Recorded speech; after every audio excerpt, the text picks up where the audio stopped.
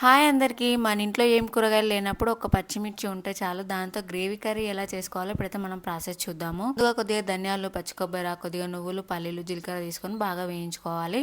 ఇలా వేయించుకొని మిక్సీ జార్లోకి వేసుకొని కొద్దిగా ఫ్రైడ్ ఆనియన్ కూడా వేసి బాగా మిక్సీ పట్టుకోవాలి. ఆ తర్వాత కొద్దిగా నానబెట్టిన చింతపండు, వాటర్ వేసుకొని బాగా పేస్ట్ లాగా చేసుకోవాలి. ఆ తర్వాత స్టవ్ మీద ఒక ప్యాన్ పెట్టేసి పచ్చిమిర్చి మనకు కావాల్సినంత తీసుకొని కాట్లు పెట్టుకొని ఇలా ఫ్రై చేసుకొని పక్కన ఉంచుకోవాలి. ప్యాన్ లో కొద్దిగా ఆవాలు, జీలకర్ర, కలంజీ, మెంతులు వేసి బాగా వేయించుకోవాలి. ఇలా వేగిన తర్వాత సన్నగా కట్ చేసిన ఉల్లిగడ్డ వేసుకొని కొద్దిగా అల్లం వెల్లుల్లి పేస్ట్, పసుపు, పచ్చిమిర్చి పేస్ట్ కూడా వేసుకొని బాగా కలుపుకోవాలి. ఆ తర్వాత అందులో ఇందాక మనం పేస్ట్ పట్టుకున్నాం కదా, అది కూడా అందులో వేసేసి కొద్దిగా వాటర్ వేసి కొద్దిగా సాల్ట్ వేసుకొని మూత పెట్టేసి ఒక 5 మినిట్స్ అట్లా సిమ్లో అయితే ఉడకనివ్వాలి.